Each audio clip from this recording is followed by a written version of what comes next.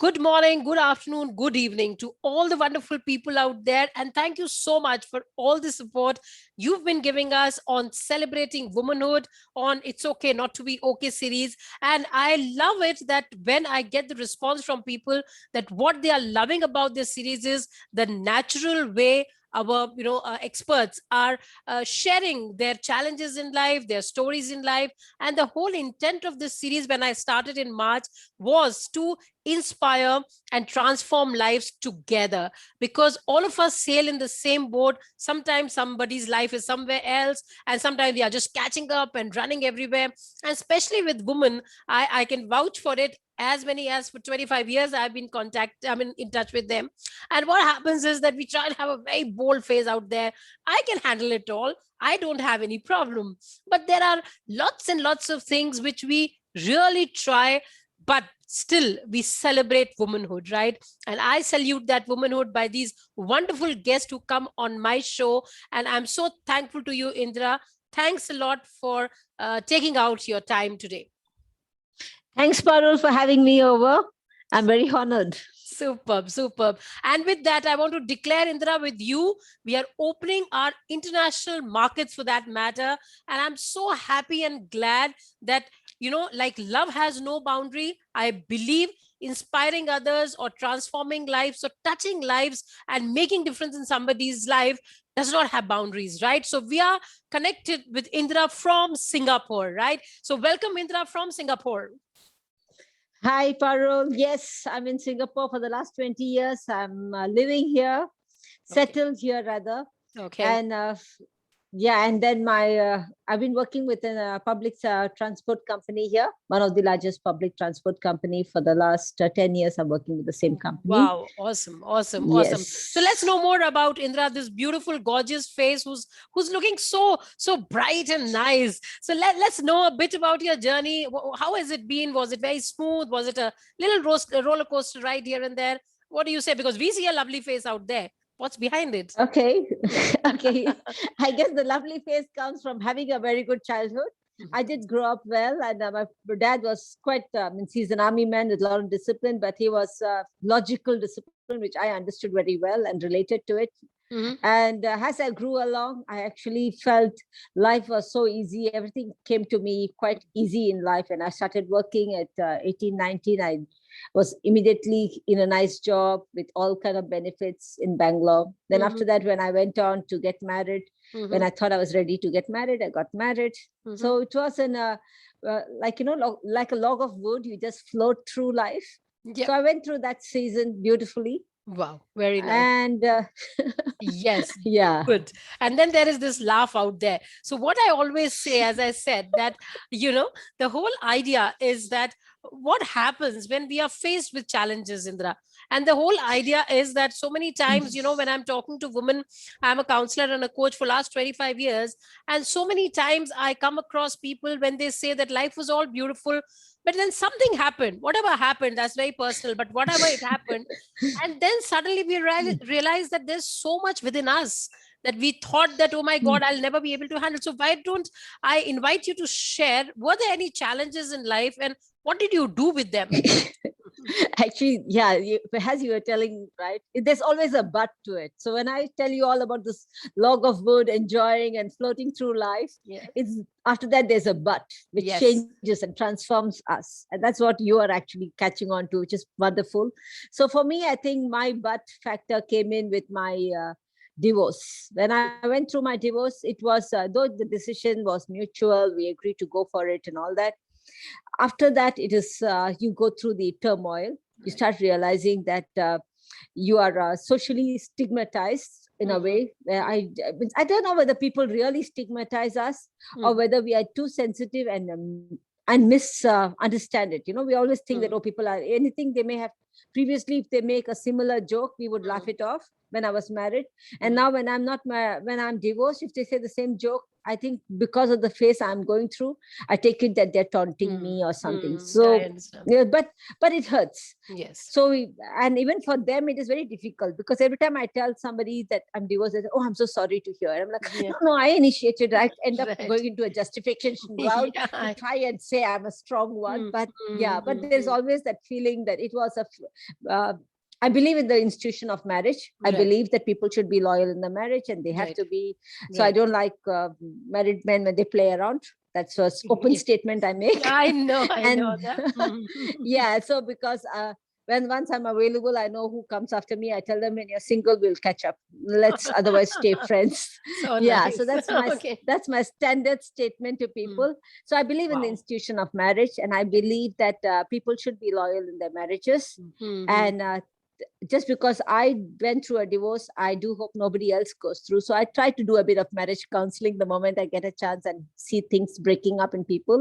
I Right. try how I can volunteer there with what I learned as my mistakes in the marriage. Because at that time, there's a bit of ego also that when we Mm-hmm. go through a divorce. Mm-hmm. My divorce, I would say to some extent, there was a trigger of ego in me Mm-hmm. also, where I Mm-hmm. decided, okay, because when we had this discussion with my ex and I asked for counseling and he said, no, anyway, your family would not accept you to get a divorce. Mm-hmm. That kind of gave me the ammunition to go and say, okay, I'll show you how I get my divorce. I'm the first Right. one in the family to do it. Okay. But yeah, that was a trigger. But anyway, Yeah. I guess he wasn't worth the time, and I guess all happens for the good. All right. So Yeah. nice. And I'm really honored. Thank you so much for sharing such a important thing. So as I was saying in the beginning, Indira is not only beautiful, she's bold. So she's our bold and beautiful guest for today. And yes, we all go through certain challenges in life. And, there are relationship challenges. There are challenges of trust. There are challenges. But I'd like you to just share with us. And there are so many of us who are watching out here and are looking up to you. Okay, that happened. How did you overcome it as a woman? If you want to give a message of 3 to 4 things a woman should do when there is a relationship challenge happening, and how does she keep her self-esteem and self-worth still intact? What's your message for them, Indra? Okay. First thing is I discovered God. Okay. I became we say Jesus is my savior kind of mode. Mm-hmm, So mm-hmm, I went into this where I totally immersed myself. I was a seeker all along. I mm-hmm, used to keep seeking God everywhere, mm-hmm, means in my previous this thing. But this moment, I felt I had a God encounter mm-hmm, where I just went deep and I just felt like God sent His Son Jesus to die on the cross for my sins, mm-hmm. my things, and somehow I discovered the unconditional love of God. That Wow. actually was my pillar of strength. All right. Okay, so and I do. I mean, for each person, there should be a pillar of strength to come out of it. Right. I Right. do believe that they should go back to God, Mm, whichever God they want to mm, pursue. But the right. point is, God is one of my main pillars of life, Mm, and He has seen me through. Even mm, when things go wrong, I just know He's on my side. Even if the whole world is against me, didn't matter after that. Yeah, mm-hmm. that was my first point. And after Yeah. that, once I have a solid pillar behind me or with me, right, Mm-hmm. I actually get this confidence. I can be myself. I Mm, don't have to conform to anything anymore. mm, So I don't necessarily, I might take inputs and feedbacks from people, but mm, they are just inputs and feedbacks. The decision is mine. I own my life. I mm-hmm. drive my life in my own terms. Wow. Right, right. Very nice. So having a pillar and then taking charge of your life, right? I always give this example of if it's your life and it's like you're driving a car, you cannot give the steering to somebody else. And then you say, oh my God, I did not want to go right. I did not want to go left. Because if you want to take charge, you got to have the steering in your hand, right? And then you decide whichever way you go, right? Parul, you're so good at it. You told it perfectly. Drive your own life. Don't become a backseat driver and keep complaining and whining about things. Right, right. And with due respect, all the due respect that, whatever others are doing to us is one part of the story. As in the beginning, you also said it beautifully, Indra, that end of it, it's our life. And end of it, I have to figure out that am I happy? And sometimes what happens, I always say this statement that it's okay not to be okay sometimes. It's very important for us to have it in our head that we don't have to be all the time bold and beautiful. And of course, we are beautiful always. Of course, I agree. But it's okay not to be okay. What do you say about that statement, Indra? Oh, I agree with it so much because I actually let people see me crying. Let's see, people see me being angry because I feel I'm a human being. I've come in with emotions before I should not show it. I was a people pleaser where I had a fake, like I said, the log of wood. When it's floating through, what is it doing? It's not actually charting its own course. It's just getting along with people and being nice and being tolerant and being patient. I don't believe in any of this anymore. I believe that don't be patient, don't be so tolerant. You just be yourself. If you are feeling bad about something, express it, tell it. And if you are feeling like crying, if somebody hurt you, tell them I'm upset with it. Don't stifle it inside, because it results in much more psychological issues which you don't realize, because you trigger on somebody else somewhere later, where that person, because of this hurt which is sitting inside you, it actually surfaces somewhere along the way. And you don't want that to happen.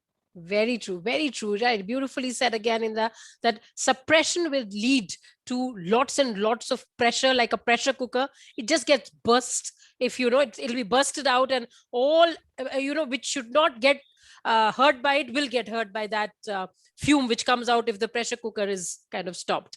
Yes, perfect. The volcano will erupt. Somewhere along the line. Right. So I also always keep saying and giving this message to my counselees and my coaches, when I talk to them, that, never suppress emotion, manage emotions. Because if you manage emotions, it's very important. Oh my gosh, I love your words. Your choice of words are so perfect. Like manage, that's what I keep telling you. It's same thing with risks or anything, right? When in life we take some risks, I always tell them that don't avoid the risk, manage it, mitigate it. Right. Very, very important. So great. So any one-liner, any one mantra before we end this show, one line message you want to give to our viewers out here who are watching you?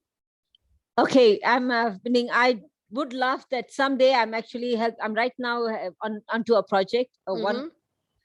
Okay, I actually have more than one point. Is it okay if I just please? Please, please. Indira, okay, please. A friend of mine recently, last year, passed away with due to COVID, and he's a classmate of mine, so my age, my batchmate kind of thing. And his wife, she had not worked for 20 plus years. Okay, she lives in Kanpur, and she had not picked up driving, nothing. She was a typical smart housewife. She used to work before she got married, but after that she hasn't. And when this death was so sudden and it was not expected, but I happened to be talking to him, and he had told me that his concern was about his daughter because she was 17. And so when I got to know about his passing away, I immediately started having some once in a while calls to motivate and encourage her. Right. And within 4 months, she picked up driving. Initially, her thought was to sell off the car because I don't know to drive. I said, no, don't sell it until you learn driving. Then you decide whether you want to sell it. So she went and picked up driving. And then she has now a job, which she took up. So basically her life, and she, of course, the whole mantra, her point was that if you can do it and you are so confident about it, I can do it too. Now, this is the thing I think I would like to pass on the message that whatever we have learned, right, it's only useful if it passes on to somebody else. Right. And so right now, I think I'm doing an initiative for one of the Kashmiri persons that I came across, because the state is filled with roids and regular type. This thing. So I'm trying to drive an initiative which is for through Google Meet, where I want to help him teach music out to the rest of the world. In a way, get him some students at I think it'll be at a nominal fee between 500 to 800 kind of thing, once a week, 4 week per month class, kind of per month 4 classes. So I'm hoping that would take off for him, and we can see another success story of helping somebody somewhere. And so nice.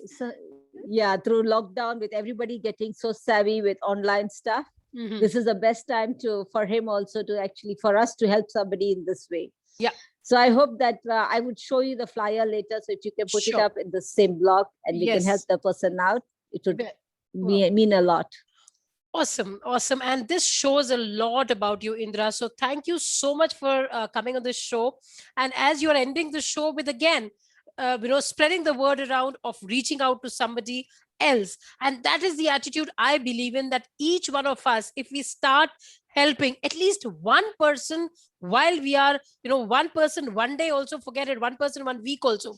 if you're able to reach out, trust me, this wonderful world will be a wonderful place to live in. And let outside situations be anything, no person, place, situation, or thing can decide how you can live your life. And then you can live a very powerful life of your choice, right? So thank you so much. Exactly. Yeah. So Yeah, awesome. exactly, Parul. You worded so beautifully. I agree with every word you told now. Thank you. Thank you so much. And yeah, thank you so much, Indra. And we'll be very soon back with panel discussions and a lot of other things. That the whole idea of Powerful Me is to create this awareness in you that the power is nowhere outside. The power is all within us, and we have to just unleash it. Yes, it's tough. Yes, there are times when we feel like giving up. But the point is that if I walk that one extra step, you will figure out you don't need anybody from outside. All strength, everything is just right there. So thanks a lot, Indra. It was wonderful talking to you. And we'll be right back. And with, I'm so happy that you're my first guest on this show from the international market. Honored to have you, Indra. Thanks, Parul. Thank you. Take care. Bye bye.